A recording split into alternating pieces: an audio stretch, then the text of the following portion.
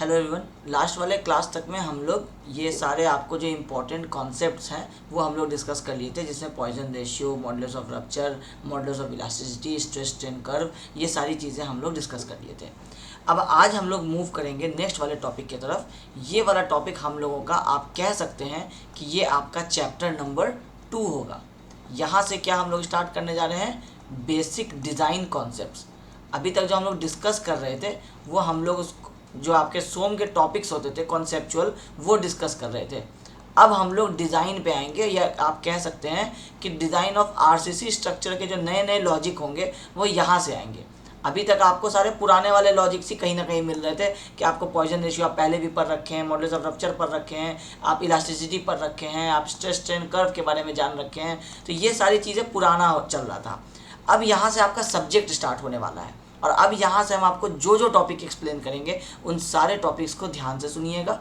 बहुत सारी चीज़ें आप पहली बार सुनेंगे, आपको हो सकता है सुनने के बाद अजीब लगता है कि ये ऐसा कब होता होगा, कहाँ होता होगा। पेशेंसली वेट करके मेरे सारे लेक्चर को सुनिए, हम आपको वो सारी चीज़ें समझा देंगे कि ये कहाँ होता है और हम लोग उस सिचुएशन में क्या करते हैं, और ये किस तरह से हम लोग फॉर्मूला वगैरह निकालते हैं। कि फॉर्मूला सिर्फ इम्पॉर्टेंट नहीं होगा। आरसीसी स्ट्रक्चर जब आप पढ़ते हैं तो फॉर्मूला डिराइव करना या फॉर्मूला लिख लेना, फॉर्मूला याद कर लेना इम्पॉर्टेंट नहीं होता है। इम्पॉर्टेंट होता है इस पूरे चैप्टर को, पूरे इस सिचुएशन को समझ जाना। क्योंकि आप पढ़ रहे हैं डिज़ाइन का सब्जेक्ट, तो डिज़ाइन का सब्जेक्ट जब आप पढ़ते हैं तो आपको डिज़ाइनर की तरह से सोचना पड़ेगा कि डिज़ाइनर क्या क्या चीज़ें सोचेगा या क्या क्या फोर्सेस आएंगे जो डिज़ाइनर को कैच करना पड़ेगा। कंस्ट्रक्शन वाला काम होता है कि इसे बनाना, वो आप कंक्रीट टेक्नोलॉजी में पढ़ते हैं, लेकिन यहाँ जो आप पढ़ रहे हैं ये आपका डिज़ाइनर वाला कॉन्सेप्ट होता है। डिज़ाइनर वाला कॉन्सेप्ट का मतलब होता है कि अभी आपका बिल्डिंग बना नहीं है, अभी आपने बस प्लानिंग किया कि आप एक बिल्डिंग बनाएंगे।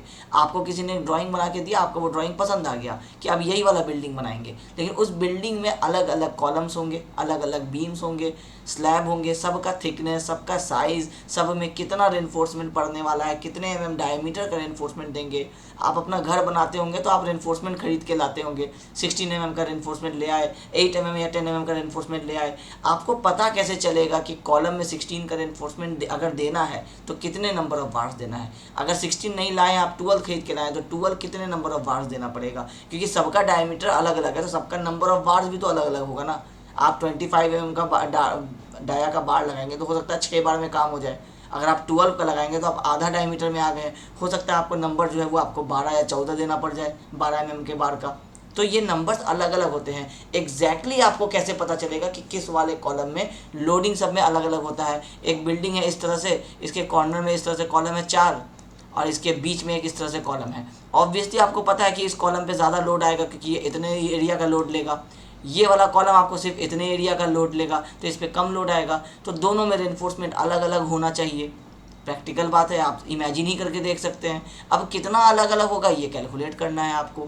हम लोग जब अपने घर बनाते हैं, जो हम लोग एक छोटे लेवल का कंस्ट्रक्शन करते हैं, तो अक्सर हम लोग क्या करते हैं कि जो हम लोगों का मिस्त्री होता है या कॉन्ट्रैक्टर होता है, पेटी कॉन्ट्रैक्टर, वो आपको एक वैल्यू बता देता है कि हम लोग इतना प्रोवाइड किए हैं पिछले वाले बिल्डिंग में, या इतना ही जनरल प्रोवाइड किया जाता है, और हम लोग वो लगा लेते हैं।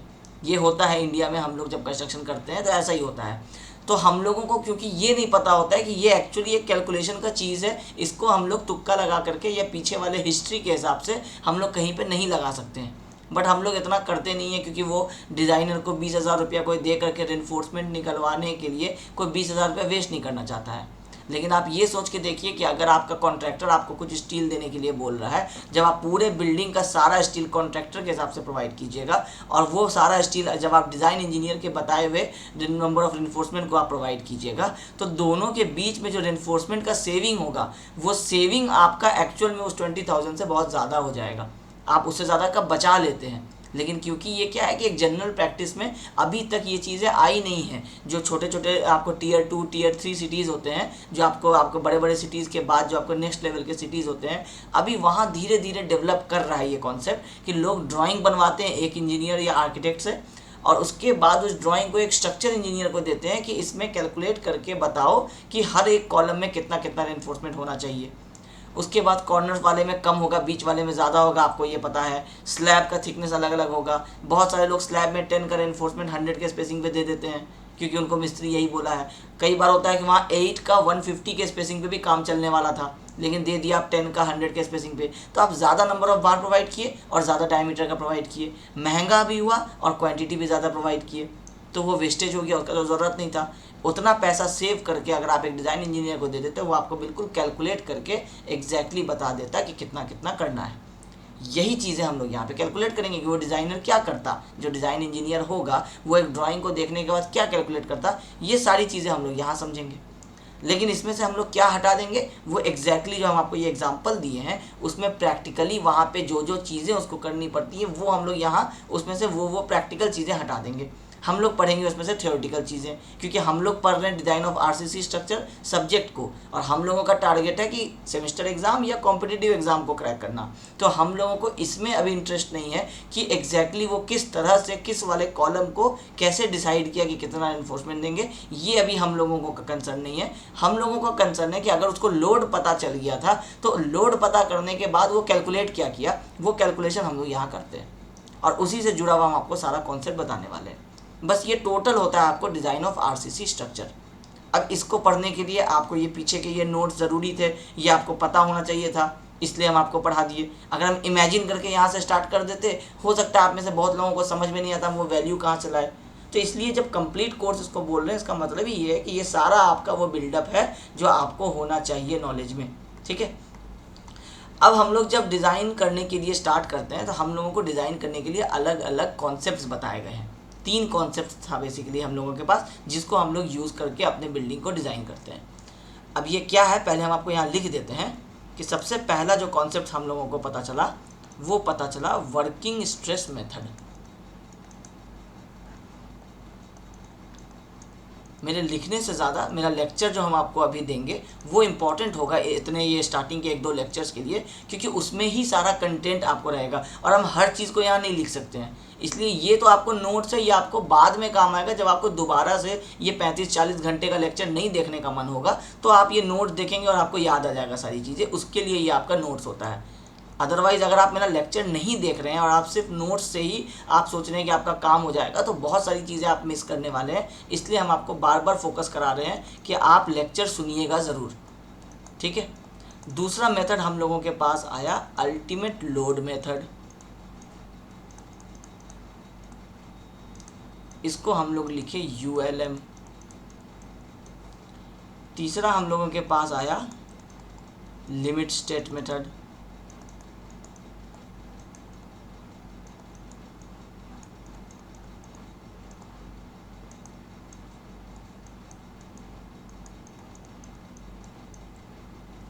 अब ये 3 मेथड्स हम लोगों के पास थे। अब ये मेथड्स क्या क्या है ये समझिए। इंडियन स्टैंडर्ड कोड्स हम लोगों के पास है मिला हुआ। हम लोग आपको बता चुके हैं कि हम लोग IS 456 ये हम लोगों का कोड नंबर है, और इसका हम लोग 2000 वाला जो वर्ज़न है, जो ईयर 2000 में जो अमेंडमेंट्स आए, जो चेंजेस आए थे, उसके बाद जो ये आपका फाइनल हुआ, ये वाला हम लोग फॉलो कर रहे हैं। इससे पहले जो IS कोड चला करता था, जब 2000 वाला आया उसके जस्ट पहले तक जो चला करता था वो चला करता था 1978 वाला। 456 ही आपका कोड है, लेकिन ये बार बार अपडेट होता रहता है। हर कुछ साल के बाद, 15-20 साल के बाद कुछ नए आपको वो रिसर्च होते रहते हैं, कुछ नया डेटा आपको आता है, तो उस डेटा को भी प्रैक्टिकली यहाँ पे हम लोगों को इनकॉर्पोरेट करना पड़ेगा आज के लाइफस्टाइल के हिसाब से, आज के कंस्ट्रक्शन के हिसाब से। तो हम लोग पहले यूज़ करते थे IS 456 1978 और अब यूज़ करते हैं IS 456 2000। अब ये IS 456 1978 जो था ये वर्किंग स्ट्रेस मेथड को फॉलो करता था, और 2000 जो है ये हमारा लिमिट स्टेट मेथड को फॉलो कर रहा है। हम लोग इसी वाले कोड को ही अभी रिसेंटली यूज़ कर रहे हैं। अब जो नया वाला चेंजेस अभी होने वाला है वो अब आने वाला है कुछ टाइम में, तो वो आ जाएगा, तो फिर उसके हिसाब से जब टेक्स्ट बुक चेंज हो जाएगा फिर आप लोगों को नया वाला पढ़ना है। अभी जब तक आपका टेक्स्ट बुक चेंज नहीं होता है तो आपके कॉम्पिटिटिव एग्जाम में जो क्वेश्चन आएगा वो कहाँ से आएगा, वो इसी वाले कोड के हिसाब से आएगा। तो हम लोगों को जब तक वो कोड के बाद हम लोगों का जब तक सिलेबस चेंज नहीं होता है तब तक हम लोगों को IS 456 2000 ही पढ़ना है, ठीक है। अब हम बार बार लिख रहे हैं कि ये WSM को फॉलो करता था, ये LSM को फॉलो करता था। ये WSM, ULM और LSM ये 3 मेथड क्या हैं, ये है आपको डिज़ाइन करने के लिए हम लोग जो भी फॉर्मूलाज को यूज़ करेंगे उसमें आपको कुछ ना कुछ तरीका है, कुछ फॉर्मूला में जो आपको वैल्यूज़ होगा, जो स्ट्रेस का पार्टिकुलरली अगर हम कहें कि जो स्ट्रेस का वैल्यू होता है उसको कम या ज़्यादा किया जाता है। अब ये कम या ज़्यादा जो है ये तीनों मेथड में अलग अलग किया जाता है। अब इसके लिए आप आ जाइए कि सबसे पहले आपको हम समझा देते हैं। जैसे अभी हम लोग बात किए FY के बारे में और हम लोग बात किए FCK के बारे में, ठीक है। अब ये क्या है, हम लोगों का यील्ड स्ट्रेंथ है। आपको पता है कि यील्ड स्ट्रेंथ के बाद हम लोगों का प्लास्टिक हो जाता है रीजन, तो हम लोग यील्ड स्ट्रेंथ के आगे की बात हम लोग करते नहीं हैं, हम लोग पीछे की बात कर रहे हैं, मतलब उस पॉइंट की बात कर रहे हैं। तो ये हो गया हम लोगों का यील्ड स्ट्रेंथ दोनों ही मटेरियल का, स्टील का और आपका कंक्रीट का। अब वर्किंग स्ट्रेस मेथड क्या करता था कि वर्किंग स्ट्रेस मेथड सबसे पुराना मेथड है, ओल्डेस्ट, क्योंकि आप देखिए 1978 वाले कोड में ये यूज़ किया जा रहा था। सबसे पहले ये आया था, इसके बाद ये आया था और लेटेस्ट में ये आया है। हम इसलिए इसको 1 2 3 करके लिखे हैं। अब वर्किंग स्ट्रेस मेथड क्या कर रहा था कि जो हम लोगों का यील्ड स्ट्रेंथ है उस यील्ड स्ट्रेंथ को भी आपको और कम कर दे रहा था और कह रहा था कि हम लोगों को वो वैल्यू यूज़ करना है। अब इसको कैसे समझिएगा, हम लोगों को पता है कि अगर हम लोगों को स्ट्रेस निकालना है तो स्ट्रेस क्या होता है, लोड पर अप यूनिट एरिया या लोड अपॉन एरिया आप कह लीजिए। अगर हम लोगों को निकालना है कि ये कोई एक सेक्शन है, क्रॉस सेक्शन, वो लोड कितना बियर कर रहा है, तो हमको अगर उसका स्ट्रेस पता रहे तो हम स्ट्रेस इनटू एरिया कर देंगे, तो हम लोग क्या करेंगे, लोड निकाल लेंगे, ठीक है। Oh sorry. अब ये हो गया आपका बेस जो पूरे आरसीसी में आपको काम आने वाला है। और ये कॉन्सेप्ट तो क्योंकि हम उम्मीद कर रहे हैं कि आपको पता होगा कि अगर हम लोगों को लोड निकालना है तो स्ट्रेस इनटू एरिया करेंगे तो लोड आ जाएगा। अब मान लीजिए कि आपका कोई एक एरिया है 200 mm² का, ठीक है, एग्जाम्पल के लिए मान लेते हैं, और आपको लोड बियर करना है 500 किलो न्यूटन। तो आपको 500 लाने के लिए x इंटू 200 करना पड़ेगा। तो जितना भी रिमेनिंग x आपका रह जाएगा 500 डिवाइडेड बाई 200 करके, ये x आपको लाना पड़ेगा स्ट्रेस का वैल्यू। और ये x अगर आपको मिल जाएगा, जैसे एग्जांपल के लिए यहाँ कर देते हैं, ये हो जाएगा आपका, मान लेते हैं 2500 न्यूटन पर mm² का हम एक स्ट्रेस का वैल्यू ले लिए और इनटू हम कर दिए इसको 200 mm² हम अपना एरिया से मल्टीप्लाई कर दिए। तो ये आपको कट गया और ये टोटल निकल करके कितना आ गया, ये आ गया 500,000 न्यूटन। इसी को हम लोग क्या लिखे, 500 किलो न्यूटन, ठीक है। अभी हम आपको बिल्कुल बेसिक से समझा रहे हैं। तो अगर आपको 500 किलो न्यूटन का लोड उठाना था एक पार्टिकुलर एरिया पे, तो एरिया तो आपका चेंज होगा नहीं, एरिया तो वही रहेगा, क्योंकि आपको वो एरिया ही है जिसके ऊपर लोड उठाना है। और लोड उठाने का भी आपको रिक्वायरमेंट पता है कि इतना लोड आना है तो इतना लोड हमको उठाना है। अब हम एरिया भी नहीं बढ़ा सकते हैं, लोड भी नहीं बढ़ा सकते, तो हम स्ट्रेस को आगे पीछे कर सकते हैं। तो हमको स्ट्रेस का रिक्वायरमेंट इस लोड को उठाने के लिए कितना हुआ, 2500 न्यूटन पर mm²। मान लीजिए कि ये जो है 2500, ये हम लोगों का न्यूटन पर mm², ये हम लोगों का मान लेते हैं कि अभी हम लोगों का यील्ड स्ट्रेंथ है। अगर ये यील्ड स्ट्रेंथ है तो इसके आगे अगर आपका स्ट्रेस बढ़ेगा तो प्लास्टिक हो जाएगा, और इससे कम अगर आप बहुत ले लेते हैं, कम 2000 ले लेते हैं, तो आप खामखा में आपको ज़रूरत नहीं है उतना कम स्ट्रेस लेने का। आपका मटेरियल उतना स्ट्रेस बियर कर सकता है 2500 का, लेकिन आप फिर भी इसको 2000 ही लेके चल रहे हैं, तो ये कम हो जाएगा। अब अगर हम इसको कम कर देंगे, मान लीजिए हम इसको 2000 कर देते हैं न्यूटन पर mm², तो इसका मतलब है कि हमको इस 500 किलो न्यूटन के लोड को तो उठाना ही उठाना है। तो इसका मतलब है कि हमको इसको बढ़ा करके 250 mm² कर देना पड़ेगा, तभी तो दोनों मल्टीप्लाई होगा और 500 किलो न्यूटन बनेगा। इसका मतलब हुआ कि हम जैसे ही स्ट्रेस को यील्ड स्ट्रेंथ से नीचे लाए, कम किए तो मेरा एरिया जो रिक्वायरमेंट है वो बढ़ जाएगा। अब वर्किंग स्ट्रेस मेथड जब आया था तो उन लोगों का लॉजिक यही था कि हम लोग ये यील्ड स्ट्रेंथ वाला वैल्यू नहीं लेंगे, हम लोग क्या करेंगे कि अलग अलग कंडीशन के हिसाब से वैल्यू को जो है कम करेंगे।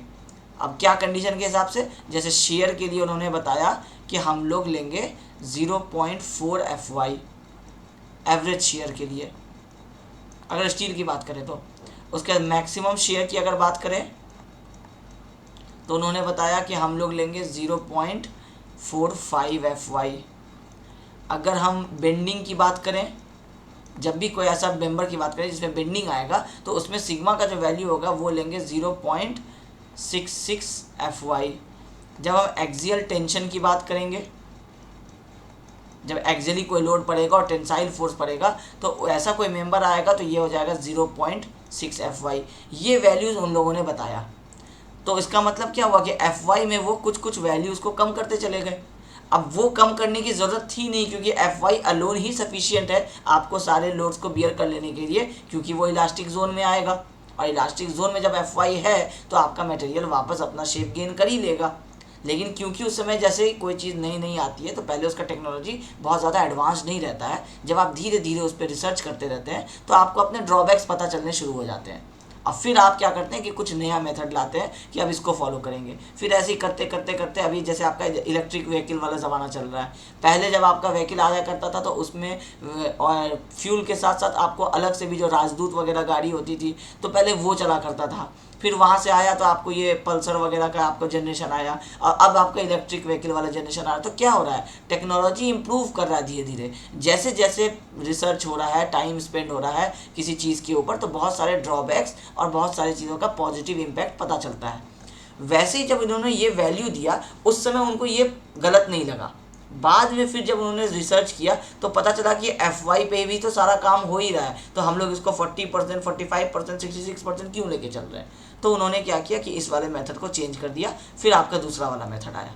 ठीक है, तो हम लोग क्या किए, हम लोग ये स्ट्रेस का वैल्यू को कम कर दिए। तो जैसे ही स्ट्रेस का वैल्यू कम किए तो मेरा साइज ऑफ मेंबर जो जिसके ऊपर पहले लोड आने वाला था, जो हमको 200 mm² देना था, लेकिन क्योंकि हम स्ट्रेस को कम कर दिए तो हमको उसको 250 mm² करना पड़ा, और कम कर देंगे तो उसको 300 mm² करना पड़ जाएगा। तो हमको क्या हो गया कि मेरे जो बिल्डिंग हमको बनाना है उस बिल्डिंग में जो मेरा बीम्स, मेरा कॉलम्स का जो साइजेस आने लगा वो साइजेस सब बड़ा बड़ा आने लगा, ज़्यादा साइजेस का आने लगा।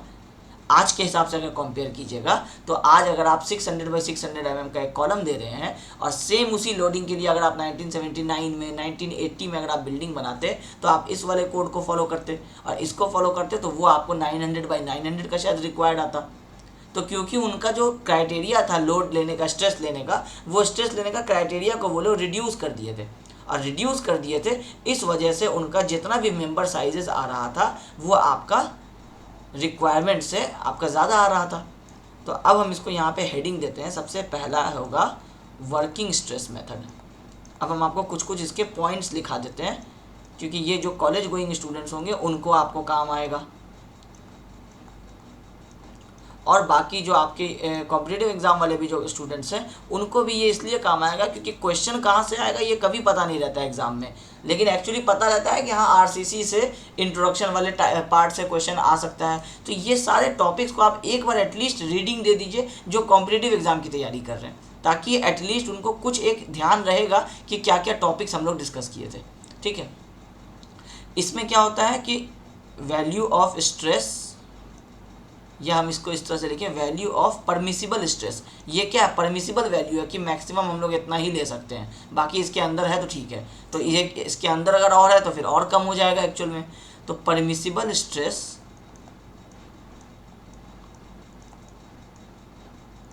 इज रिड्यूस्ड, ये हम लोग वर्किंग स्ट्रेस में हो रहा था। उसके बाद हो रहा था कि member sizes required is more, ये वर्किंग स्ट्रेस में हो रहा था। इसको हम लोग ये भी लिख सकते हैं कि ओवर सेफ डिज़ाइन हो रहा था, मतलब रिक्वायरमेंट है आपको 600 बाई 600 का एक कॉलम का, लेकिन आप प्रोवाइड कर रहे हैं कितना 900 बाई 900। सेफ होता है कि 600 बाई 600 का रिक्वायर्ड है तो आप 700 बाई 700 दे रहे हैं, और आप प्रोवाइड कितना कर रहे हैं 900 बाई 900 का, तो ओवर सेफ डिज़ाइन दे रहे हैं। एक्स्ट्रा आपको मेंबर साइजेस जो है वो ज़्यादा आ रहा है, उसके बाद परमिसिबल स्ट्रेस जो है वो आपका कम आ रहा है। ये सारा आपका ड्रॉबैक्स हुआ एक तरह से, या आप कह सकते हैं कि की पॉइंट्स हुआ आपका वर्किंग स्ट्रेस मेथड का। ओवरऑल वर्किंग स्ट्रेस मेथड में यही हो रहा था। ठीक है, इसके बाद आया आपका अल्टीमेट लोड मेथड।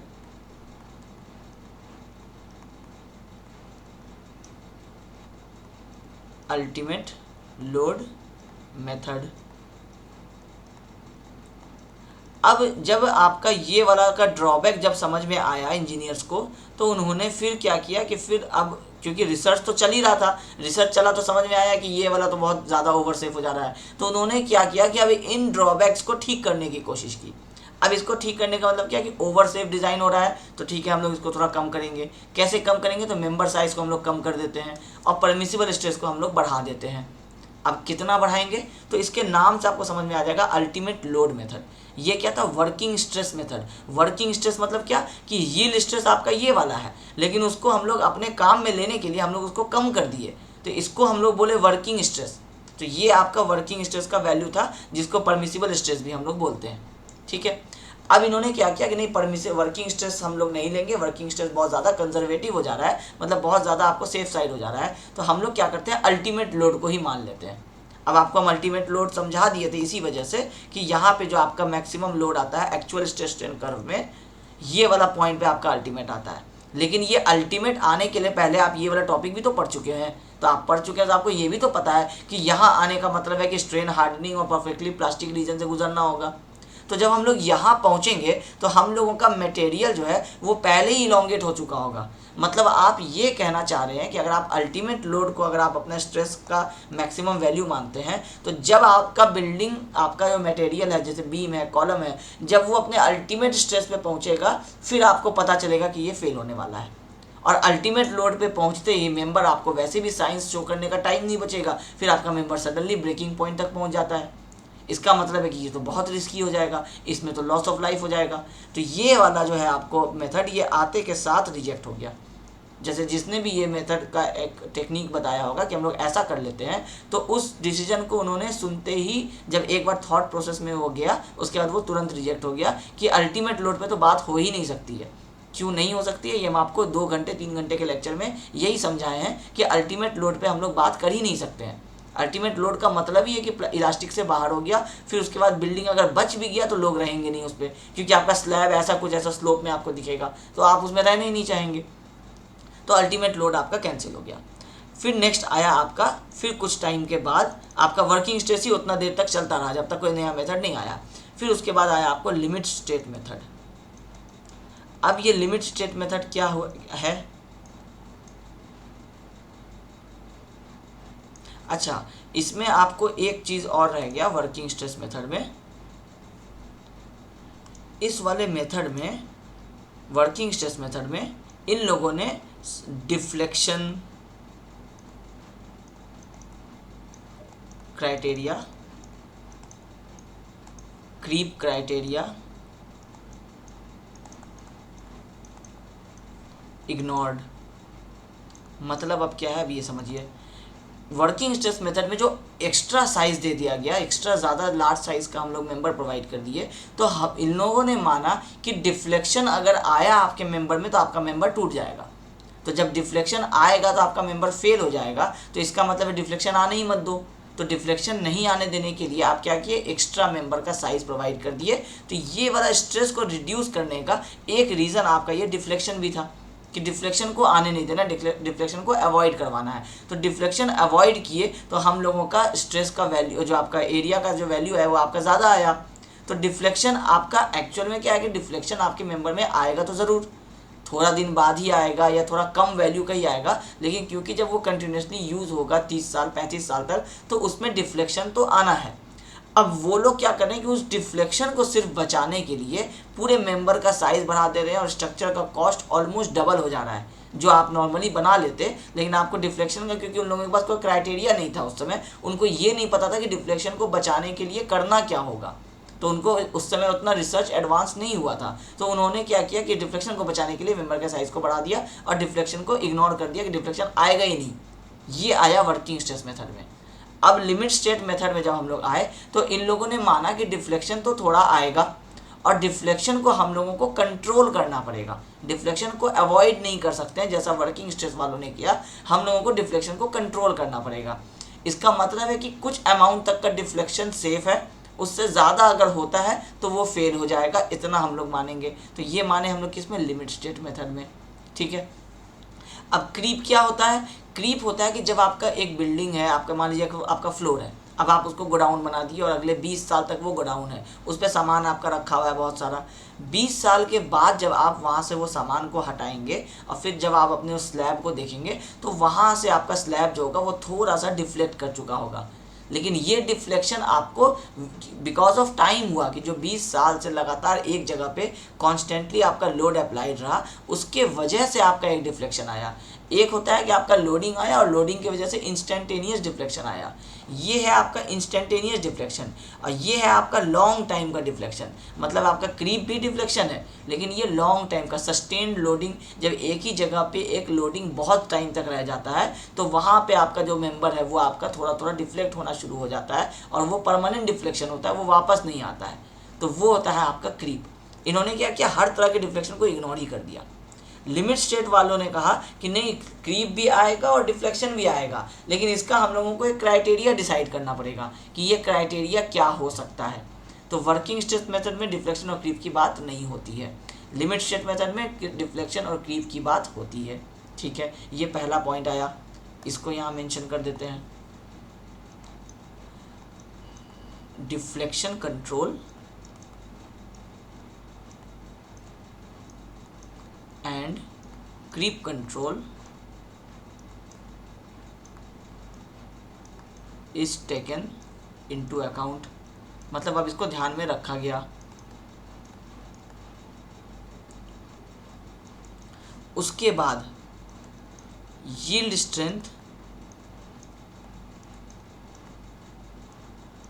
या हम लोग इसको इस तरह से कहते हैं, यील्ड स्ट्रेस इज यूज्ड। पहले क्या कर रहे थे, ये परमिसिबल स्ट्रेस यूज़ कर रहे थे, अब हम लोग क्या कर रहे हैं, यील्ड स्ट्रेस यूज़ कर रहे हैं। तो यील्ड स्ट्रेस यूज़ किए तो स्ट्रेस का वैल्यू बढ़ गया। अब यहाँ से ये 0.5, 0.45, 0.66 ये सब हट गया, अब सिर्फ Fy बच गया। तो जब Fy बच गया तो हम लोगों का क्या हुआ, अब मेंबर का साइज़ कम आएगा, क्योंकि सेम वही P = सिग्मा × A वाला कॉन्सेप्ट, उसमें अब आपका सिग्मा बढ़ा दिए तो अब A का रिक्वायरमेंट वापस 200 पे आ जाएगा जो 300 तक चला गया था। तो इसका मतलब है कि यहाँ पे मेंबर साइजेस प्रोवाइडेड इस वाले मेथड से are less as compare to WSM।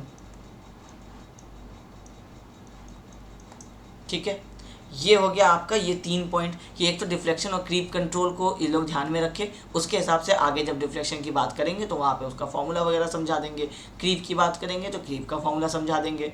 Yield stress को यूज़ किया है, समझा दिए अब तक। स्ट्रेस स्ट्रेन डायग्राम जो हम आपको बनाए, ये एक्चुअली में हम आपको यहाँ क्या लिख करके दिए थे, ये हम बताए थे कि as per limit state method हम आपको पहले ही बता चुके हैं कि हम लोग 0.67 FC के लेंगे। इस बार हम लोग जो रिड्यूस किए हैं, इस बार हम लोग ऐसे ही रैंडम रिड्यूस नहीं कर दिए हैं, इस बार हम लोगों का कंडीशन है कि ये तो हम लोगों का लॉ है, साइंस है हम लोगों का, कि हम लोगों का ये यहाँ से इस पे सिलेंडर पे जाएगा, फिर वो थिन सिलेंडर होगा, इसलिए रिड्यूस हुआ। और उन लोगों ने क्या किया था, 0.67 के बदले अगर वो मान लीजिए बेंडिंग में जा रहा है तो उन्होंने 0.66 लिया, तो चलो बेंडिंग में इक्वल रहा, लेकिन उन्होंने शेयर में कितना ले लिया, 0.4 ले लिया। क्यों लिया 0.4, उनको कोई रीज़न नहीं पता, बस वो टेस्ट किए, उनको जहाँ तक लगा कि सेफ है वहाँ तक वो लोग मान लिए। अब आपके पास लॉजिक है, लॉजिक क्या है कि ये हो रहा है कुछ इस तरह से।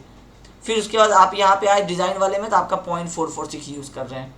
उसके बाद आप जब स्टील में गए तो स्टील में आपका ये चीज़ कितना बन गया, 0.87 Fy बन गया। अभी आप कितना लेके चल रहे थे, 0.66 और 0.45 लेके चल रहे थे, तो ये 0.87, तो ये ज़्यादा हुआ तो आपको स्ट्रेस ज़्यादा मिला, तो आपका मेंबर का साइज़ क्या हो गया, रिड्यूस हो जाएगा।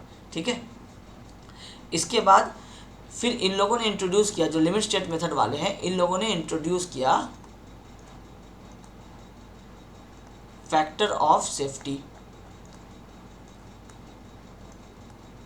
तो ये भी हम आपको बता दिए हैं कि फैक्टर ऑफ सेफ्टी कह लीजिए या पार्शियल सेफ्टी फैक्टर कह लीजिए, मटेरियल का भी एक फैक्टर ऑफ सेफ्टी दिया गया, और आगे हम आपको एक लोड का भी फैक्टर ऑफ सेफ्टी बताएंगे, तो वहाँ पे भी आप देख लीजिएगा फैक्टर ऑफ सेफ्टी। तो 2-3 तरीके के इन लोगों ने फैक्टर ऑफ सेफ्टी को इंट्रोड्यूस किया।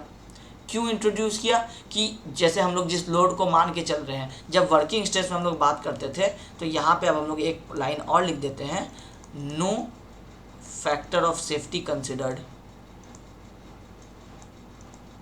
इस ज़माने में क्या होता था कि जितना भी लोड आता था बस उसी लोड के हिसाब से मेंबर को प्रोवाइड कर दिया जाता था, उसमें क्या क्या आगे पीछे हो सकता है ये नहीं समझा जाता था। लिमिट स्टेट मेथड वालों ने सोचा कि अब लोड, कई बार होता है कि हम लोग पार्टी में ही फंक्शन करते हैं, 500 लोगों को दावत देते हैं और 700 लोग आ चुके होते हैं, नहीं पता चल पाता है। तो ये प्रैक्टिकल फिनोमेना ये हर जगह अप्लाई होता है। तो ऐसी बिल्डिंग के लोड्स के ऊपर है कि आप इमेजिन किए कि आपका इतना लोड होगा, लेकिन कुछ हो सकता है फैक्टर आगे पीछे हो जाएगा, तो उसके लिए लोड में फैक्टर ऑफ सेफ्टी लेते हैं, वो हो जाता है partial safety factor for loads या फिर factor of safety for loads. और हम लोग मटेरियल में जो लिए थे 1.5 और 1.15, वो क्या हुआ कि आपका मटेरियल भी कुछ ख़राब हो सकता है, इसको भी कंसिडर करना पड़ेगा। तो ये जो आप कंसिडर कर रहे हैं इस लॉजिक को, ये सारा लॉजिक आप किसके अंदर कंसिडर कर रहे हैं? लिमिट स्टेट मेथड के अंदर। लिमिट स्टेट मेथड नाम से ही आपको समझ में आएगा कि इन्होंने अब क्या किया, लिमिट्स को इंट्रोड्यूस किया कि हम लोग कुछ लिमिट लगाएंगे, कुछ दूर तक बताएंगे कि सेफ़ है। जैसे डिफ्लेक्शन का एक लिमिट लगाएंगे, मैक्सिमम बोलेंगे और मिनिमम बोलेंगे। अब ये मैक्सिमम और मिनिमम का बात यहाँ से आना शुरू हो गया कि कोई भी चीज़ का या तो मैक्सिमम पता होना चाहिए या मिनिमम पता होना चाहिए, एक रेंज पता होना चाहिए। उससे ज़्यादा जाएगा तो लिमिट स्टेट वाला भी उसको फेल बोल देगा, क्योंकि उतना रिस्क कोई नहीं लेगा। थोड़ा सा मेंबर का साइज़ को रिड्यूस करने के लिए, और आपको ये पूरा जो हम लोग कॉन्सेप्ट लगाए हैं, इसमें आपको ऐसा थोड़ी है कि आपको लॉस ऑफ लाइफ करवा देना है, तो इसलिए उसको अल्टीमेट लोड तक कहीं वो ना पहुंच जाए, तो इसलिए ये भी एक आपको लिमिट बना देता है। यही वो लिमिट्स है जो अभी हम लोग आगे डिस्कस करेंगे। अभी जो आप डिस्कस किए कि आपका जो मैक्सिमम आपका कंक्रीट में जो स्ट्रेस आएगा कितना आएगा, 0.67 FCK, मैक्सिमम स्टील में कितना जाएगा, 0.87 FY। अब आप स्टील में 0.9 FY का स्ट्रेंथ इमेजिन नहीं करेंगे, क्योंकि आपको बता दिया गया है कि मैक्सिमम 0.87 ही लेना है, तो आपके लिए वही हो गया। तो introduce factor of safety in लोगों ने किया। अब पार्शियल फैक्टर ऑफ सेफ्टी का वैल्यू हम आपको यहाँ बता चुके हैं कि आपको इन्होंने बताया कि आपको 1.5 जो है वो आपका कंक्रीट में है और 1.15 जो है वो आपका स्टील में है। तो ये सारी चीज़ें हुई आपकी लिमिट स्टेट मेथड में, ठीक है। अब उसके बाद, अब क्योंकि लिमिट स्टेट मेथड ही हम लोगों को फॉलो करना है, तो अब हम लोग उसके अंदर एक एक करके बढ़ते हैं कि लिमिट स्टेट मेथड वालों ने बताया कि हम लोग ये सारी चीज़ों का ध्यान रखेंगे, लेकिन अब लिमिट स्टेट मेथड को यूज़ कैसे करेंगे और उसको यूज़ करते हुए डिज़ाइन कैसे करेंगे। तो अब लिमिट स्टेट मेथड वालों ने बताया कि अब हम लोग एक एक करके पढ़ेंगे। लिमिट स्टेट वालों ने बताया कि हम लोग पढ़ेंगे लिमिट स्टेट मेथड को अलग अलग कंडीशन के हिसाब से। तो अलग अलग कंडीशन क्या होगा, उन्होंने पहला कंडीशन बताया कि एक होगा लिमिट स्टेट ऑफ कोलैप्स और दूसरा होगा लिमिट स्टेट ऑफ सर्विसिबिलिटी। अब ये दो वर्ड उन्होंने इंट्रोड्यूस किया। अब इन दोनों का मतलब क्या हुआ, अब ये समझिए।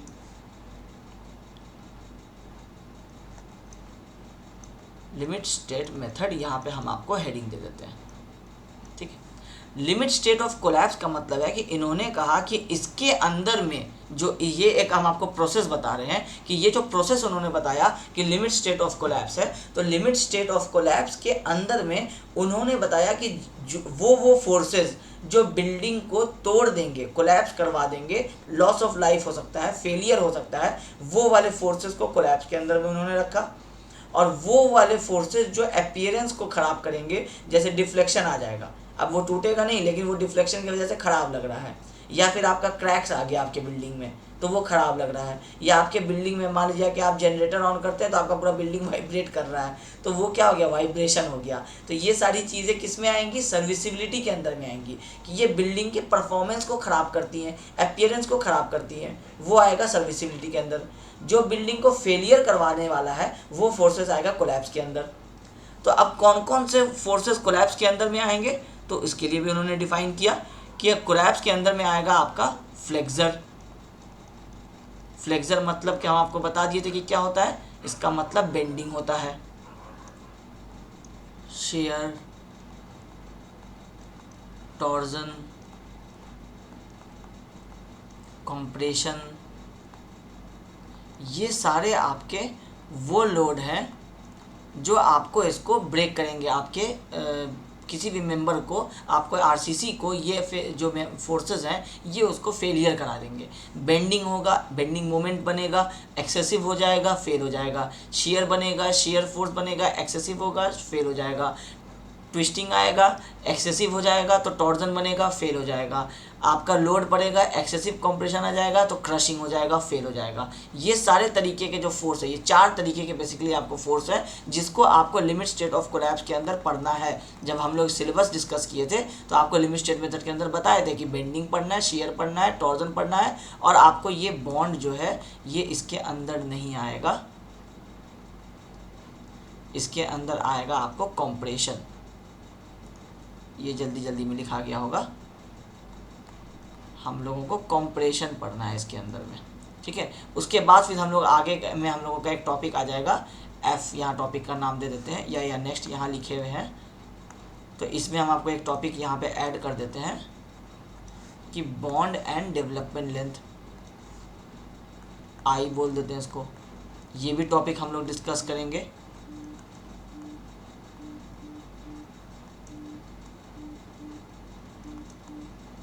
ठीक है, तो वापस आते हैं। ये वो फोर्सेस हैं जो आपके बिल्डिंग को आपको क्या करेंगे, तोड़ेंगे, कोलैप्स करवाएंगे। अब सर्विसिबिलिटी में क्या क्या आएगा, सर्विसिबिलिटी में आएगा आपका डिफ्लेक्शन, उसके बाद आएगा आपका क्रैक्स।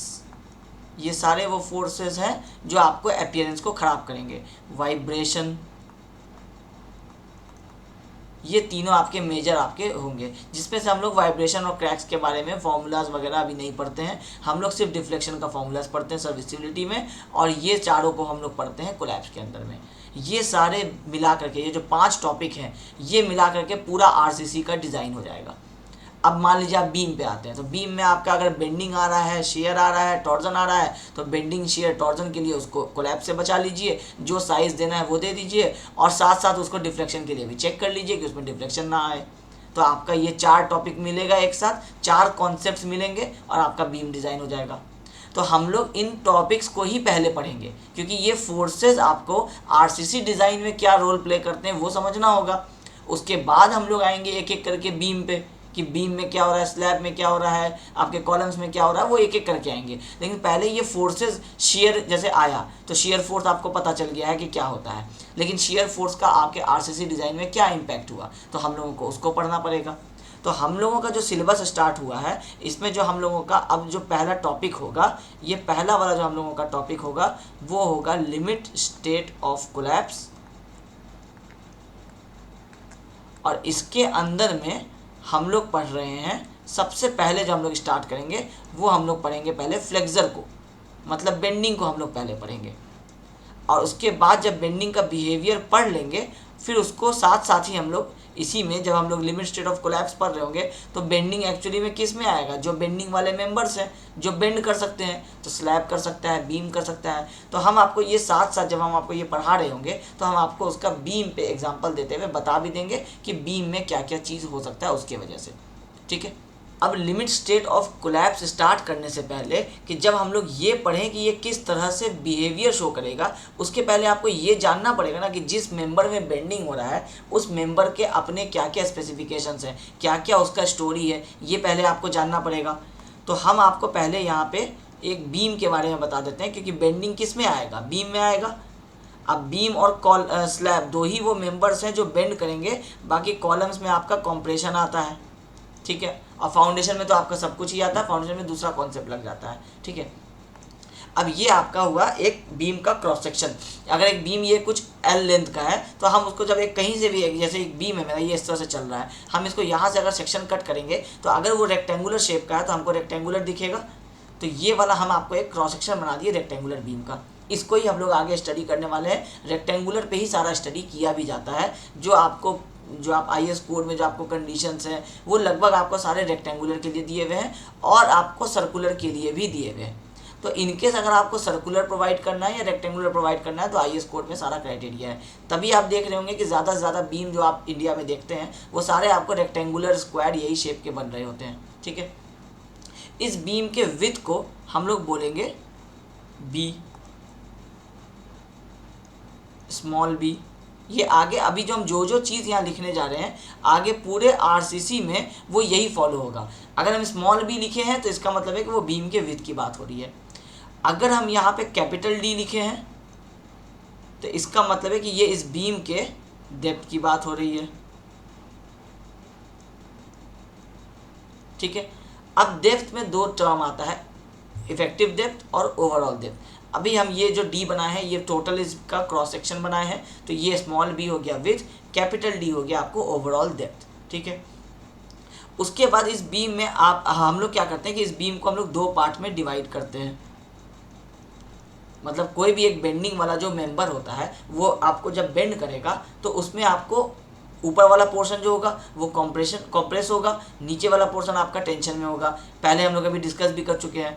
तो ये वाला बीम अगर इस तरह से बेंड हो रहा है तो इसके इस तरह से बेंड होने में इस वाले पोर्शन में आपको कॉम्प्रेसिव फोर्स लग रहा है और इस वाले में आपको टेंसाइल लग रहा है। तो ये कहाँ से डिवाइड हो रहा है कॉम्प्रेसिव और टेंसाइल, ये एक इस सेंटर वाले लाइन से डिवाइड हो रहा है। और ये लाइन ज़रूरी नहीं है कि सेंटर में ही हो, क्योंकि जैसे ये रेक्टेंगुलर शेप है तो ये सेंटर में होगा। लेकिन जैसे ही आप इस वाले बीम में आप जैसे ही यहाँ रेनफोर्समेंट प्रोवाइड कर देते हैं, इसका मतलब है कि अब आप इस रेक्टेंगुलर सेक्शन का सीजी को डिसबैलेंस कर दिए, क्योंकि अब यहाँ पे जब आप रेनफोर्समेंट दे रहे हैं, रेनफोर्समेंट तो एक दूसरा मटेरियल है, उसका प्रॉपर्टी दूसरा है, वो थोड़ा हैवी होता है। कंक्रीट का यूनिट वेट लाइट होता है, 2400 kg पर मीटर क्यूब होता है, और स्टील का जो होता है वो 7850 kg पर मीटर क्यूब होता है। तो आपको दोनों में वेट का भी डिफरेंस होता है, तो सीजी डिसबैलेंस होगा। तो ये वाला जो आपका लाइन है जो आपका आगे की तरफ चलेगा, मतलब इसको हम आगे बढ़ा देते हैं, अभी आगे हम लोगों को नेक्स्ट क्लास में काम आएगा। ये जो आपका लाइन है ये इसको और इसको बराबर में नहीं डिवाइड कर रहा है। मतलब ये अगर आप इस डी को बोलिएगा तो ये d/2 नहीं हो रहा है, क्योंकि अब जो आप रेनफोर्समेंट प्रोवाइड कर दिए तो अब ये कुछ ऊपर नीचे शिफ्ट हो गया है। कितना शिफ्ट हुआ है आगे कैलकुलेट करेंगे, पता चल जाएगा हम लोगों को, ठीक है। तो हम लोगों का ये हो गया हम लोगों का रेनफोर्समेंट जो हम लोग स्टील प्रोवाइड कर रहे हैं। अब ये स्टील हम लोग प्रोवाइड किए हैं 3 स्टील, तो एक स्टील का अगर हमको एरिया निकालना हो क्रॉस सेक्शन में तो π/4d² करेंगे तो एक स्टील का आ जाएगा एरिया। इसको इंटू 3 से मल्टीप्लाई कर देंगे तो तीनों स्टील का मिला करके एरिया पता चल जाएगा। तो अगर मेरा बीम का ये एरिया है b/d और हमको ये अगर कुछ निकला है 100 और ये तीनों का एरिया मिला करके निकला है 2, तो हम लोग कह सकते हैं कि हम लोग 2% स्टील प्रोवाइड किए हैं। इस पूरे बीम के क्रॉस सेक्शन के कंपैरिजन में हम लोग का ये तीनों का एरिया मिला के कितना आया, 2 आया, और ये बीम का साइज़ कितना निकला, 100 निकला सेम यूनिट में। इसका मतलब है कि हम लोग 2% दिए हैं इस पूरे वाले कॉलम के कंपैरिजन में। तो ये जो हम लोग परसेंटेज में दिए हैं, तो हम लोग अगर ये इस स्टील के अगर हम लोग एरिया को बताना चाहें, एक नाम देना चाहें, जैसे विड्थ को b बोले, डेप्थ को d बोल दिए, उसी तरह से इन तीनों का कंबाइंड जो एरिया कहलाता है वो होता है area of steel in tension zone, AST। ये एरिया ऑफ स्टील ही आप निकाले। अब क्योंकि ये वाला आपका टेंशन जोन है, ये वाला आपका कंप्रेशन जोन है, और ये वाला जो एक्सिस है ये एक्सिस आपका कहलाता है न्यूट्रल एक्सिस। न्यूट्रल एक्सिस का नाम से ही पता चल रहा है कि इस पे कोई फोर्स नहीं है, इस लाइन पे। इस लाइन के ऊपर कॉम्प्रेसिव फोर्स है, इस लाइन के नीचे आपका टेंसाइल फोर्स है। और ये जो आप टोटल एरिया ऑफ स्टील दिए ये कहलाया AST। इसलिए हम देखिए ये तीनों से आपको लाइन निकाल करके तीनों को कनेक्ट किए हैं। एक एरिया को AST नहीं कहेंगे, एक बार के एरिया को। इसमें जितने भी हम लोग बार देंगे, अगर हम लोग यहाँ भी इस तरह से रेनफोर्समेंट दे देते, 5 रेनफोर्समेंट दे देते, तो पाँचों का कंबाइंड आपको कहलाता है AST। फिर उस केस में इस लाइन को हम लोग यहाँ से आगे ऐसे कनेक्ट कर देंगे, ठीक है। तो अभी हम लोग इसको फिलहाल के लिए इरेज कर दे रहे हैं, क्योंकि हम लोगों को अभी सिंगल लाइन पे ही डिस्कशन करना है। अब ये जो रेनफोर्समेंट हम लोग देते हैं, आप लोग बीम बनते हुए अपने लाइफ में देखे होंगे कभी ना कभी, तो आप देखते होंगे कि आपका बीम में जो कंक्रीट आप प्रोवाइड करते हैं वो इस रेनफोर्समेंट को कवर कर लेता है पूरी तरह से। इसका मतलब है कि आप अंदर में जितना भी रेनफोर्समेंट दे दीजिए वो आपको नज़र नहीं आता है। इसका मतलब है कि ये पोर्शन जो है, ये पोर्शन में आपका यहाँ से अगर हम एक लाइन बना दें इस तरह से, तो ये पूरा वो पोर्शन है जो आपका कंक्रीट है।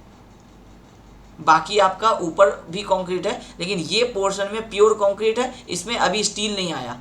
स्टील इसके जस्ट ऊपर आप प्रोवाइड किए। तो ये जो हम आपको शेडेड वाला पोर्शन बनाए हैं, इस पोर्शन को हम लोग बोलते हैं कवर। और कवर भी नहीं भी बोल के इसको हम लोग बोलते हैं क्लियर कवर। आजकल इसको दूसरा नाम कोड जो है उसको अपडेट कर दिया है इस नाम को, और वो इस नाम को कहता है नॉमिनल कवर। दोनों एक ही बात हुआ। क्लियर कवर कहिए या नॉमिनल कवर कहिए, ये वो कवर है जो आपके रेनफोर्समेंट को पूरी तरह से प्रोटेक्ट करते हैं इन्वायरमेंट से। और यही ये जितना डिस्टेंस होगा, यही वाला डिस्टेंस आप इमेजिन कर सकते हैं कि यहाँ पे भी होगा, यही ऊपर की तरफ चला जाएगा, फिर यही यहाँ से भी आपको इस तरह से चला आएगा, और ये इस तरह से वापस यहाँ आ जाएगा। ये जो पूरा आपका शेडेड वाला पोर्शन होगा, ये पूरा आपको क्या होगा, आपको कवर होगा जो रेनफोर्समेंट को प्रोटेक्ट करेगा। इस पूरे को हम लोग कहते हैं क्लियर कवर। अब क्लियर कवर जब हम लोग आरसीसी में कहते हैं तो आपको समझाने के लिए हो गया कि ये पूरा होता है। अभी हम लोग जब बात कर रहे हैं तो हम लोग अभी बात कर रहे हैं सिर्फ रेनफोर्समेंट के नीचे की, कि रेनफोर्समेंट के नीचे हम लोगों का कितना हम लोग कवर प्रोवाइड किए, इसको हम लोग बोले क्लियर कवर।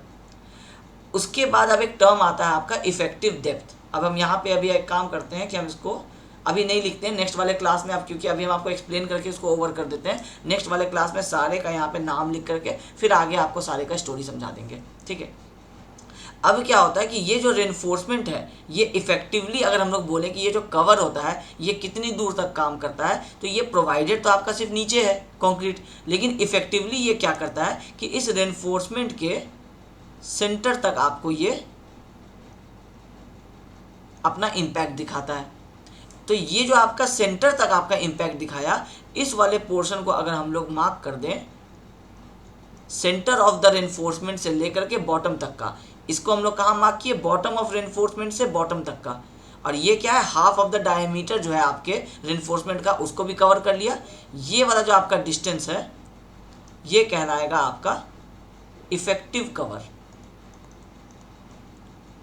क्योंकि ये इतनी दूर तक ये कवर इफेक्टिव होता है। तो इफेक्टिव कवर को हम लोग ये भी लिख सकते हैं कि this is equal to nominal cover plus half of the diameter of bar, यही होगा, क्योंकि ये नॉमिनल कवर आप निकाल चुके थे और प्लस उसमें आप half of the diameter of bar add किए तो इफेक्टिव कवर आ गया। अब जब अगर आप इस टोटल डेप्थ में से आप देखें कि ये इतने दूर तक का जो पोर्शन है, ये तो सिर्फ आपको क्या कर रहा है, इन्वायरमेंट से प्रोटेक्शन ही दिला रहा है। ये लोड बियर करने में कोई हेल्प नहीं कर रहा है, क्योंकि ये प्योर कंक्रीट हो गया। और प्योर कंक्रीट टेंशन जोन में आपको किसी काम नहीं आ रहा है, क्योंकि ये आपको क्या हो रहा है कि आपको जो कंक्रीट है वो कंप्रेशन में स्ट्रांग होता है, स्टील आपका टेंशन में स्ट्रांग होता है। तो एक्चुअली में सारा कंक्रीट तो यहाँ वाला लोड बियर कर रहा है, यहाँ वाला कंक्रीट तो कुछ लोड बियर कर ही नहीं रहा है। तो अगर हम लोग बात करें कि अब आपका टोटल डेप्थ में से कितना डेप्थ इफेक्टिव रह गया है, तो इसका मतलब है कि आप टोटल डेप्थ में से अगर आप ये कवर माइनस कर देंगे तो यहाँ पे आपको एक नया आपको डेप्थ मिल जाएगा। इस डेप्थ को हम लोग स्मॉल डी से डिनोट कर देते हैं, और ये कहाँ तक आएगा, हाफ ऑफ द रेनफोर्समेंट के ऊपर से लेकर के टॉप से इस रेनफोर्समेंट के सेंटर तक। मतलब टोटल डेप्थ में से हम इस इफेक्टिव कवर को माइनस कर दिए तो जो डेप्थ बच गया वो कहलाया इफेक्टिव डेप्थ। तो अगर हम लिखना चाहें कि इफेक्टिव डेप्थ क्या होगा, तो इफेक्टिव डेप्थ हो जाएगा overall depth minus clear cover, sorry effective cover. I hope आपको ये सारी चीज़ें समझ में आ रही होंगी जो हम आपको अभी समझाना चाह रहे हैं। हम आपको ये सारे में क्या क्या नाम आपको आगे सुनने वाले हैं, आप जिसको हम लोग निकालने वाले हैं, आपको वो सारा जो प्रॉब्लम देता, हम वो सारी चीज़ें आपको पहले अभी यहीं समझा दिए। अब जैसे ही हम आगे बोलेंगे कि इफेक्टिव कवर हम लोगों का इतना mm है, आपको दिमाग में इमेज आ जाना चाहिए कि इफेक्टिव कवर मतलब इस जोन की बात हो रही है। जैसे ही हम बोलेंगे क्लियर कवर 25 mm है, तो आपको पता हो जाना चाहिए कि ये वाला जोन 25 mm है। जैसे ही हम बोलेंगे इफेक्टिव डेप्थ 550 mm है, इसका मतलब है यहाँ से लेकर के इस सेंटर तक का 550 है। अगर हम आपको ये भी बता दें इफेक्टिव कवर भी, और फिर हम बोले कि ये 550 और ये 50 है, तो ओवरऑल डेप्थ कितना हो जाएगा, 600 हो जाएगा। इसलिए हम आपको ये सारे वर्ड जो है आपको हम अभी समझा दिए। इसको हम लोग नोटेशंस कह सकते हैं कि ये सारे वर्ड्स यूज़ होंगे आपके आने वाले चैप्टर्स में, ठीक है। तो आज के क्लास को हम लोग यहीं पे अब स्टॉप करते हैं। नेक्स्ट वाले क्लास में हम लोग इसी limit state of collapse flexor में आगे बढ़ेंगे, कुछ एजम्पशंस है वो करेंगे और फिर इसका डेरिवेशन हम लोग करेंगे और फिर हम लोगों का फॉर्मूला आना शुरू हो जाएगा वहाँ से, ठीक है। तो आई होप कि हम आपको आज जो ये टॉपिक हम लोग डिस्कस किए हैं आपको ये समझ में आ गया होगा। Thank you.